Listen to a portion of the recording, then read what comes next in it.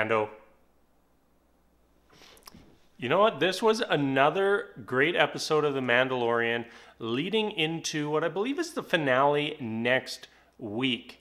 We saw The Mandalorian break Mayfeld out of jail with the help of Cara Dune, and then tag along with Boba Fett on his way to a base that had an Imperial terminal that Mayfeld could use to get coordinates for Moff Gideon's ship. So yeah, we're kind of set up now for the showdown between Moff Gideon and the Mandalorian next week, with the fate of Grogu, aka Baby Yoda, aka the child, on the line. So a lot of stakes for next week, and I thought this was a good lead up to that. We got a little bit more into Mayfeld as a character. You know, last season, I thought the episode he was on was probably the worst episode of the season.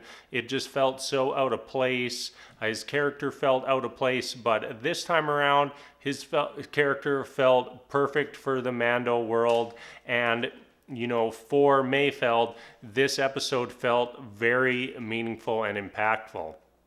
So we start off, you know, he's kind of that same smartass character. He's always got the wisecrack. He's saying this or that, trying to really just throw people off their game. And, you know, we're getting into that same routine of him being the same old character as before. But the deeper we get into this episode, you know, as they hijack the Iridium transport truck, to when they get inside that Imperial base, to when he has that moment where he recognizes one of the officers there as someone he served under. And at that point, we don't have any details on like what that meant. We're thinking, you know, oh, that was his man in charge. There have some sort of connection there. And then we get into the episode and end up with those two sitting at a table drinking, and Mayfeld brings up Operation Cinder. And it was a operation that led to the deaths of his entire company, you know, tons of oppositions, and from Mayfeld's point of view, all for nothing. So he's sitting there having that conversation, you know, saying all these things to his commanding officer, and then all of a sudden, boom, gun is out and the fight is on, and Mayfeld and the Mando are now battling their way out of the Imperial base. So we also had another pretty big scene this episode. Well, it was a good chunk of the episode, not just a scene, with the Mandalorian, aka Brown Eyes, or Brown-Eyed Mando, helmet off for a good portion of the episode. I don't know if this is sort of setting a precedent now of either every season there's got to be one scene or one period of the season with Mando with no helmet on, or if after talking to Bo-Katan and learning that, you know, their Order of the Mandalorians is the only one that has the helmets on all the time policy. Everybody else is free to take their helmet off. So maybe it's opening the door for that a little bit, which would be interesting. I love this show, love the Mando as a character, but I think that there are certain moments where we would get a little more out of him helmet off. So maybe we're kind of opening up the door for that in the future.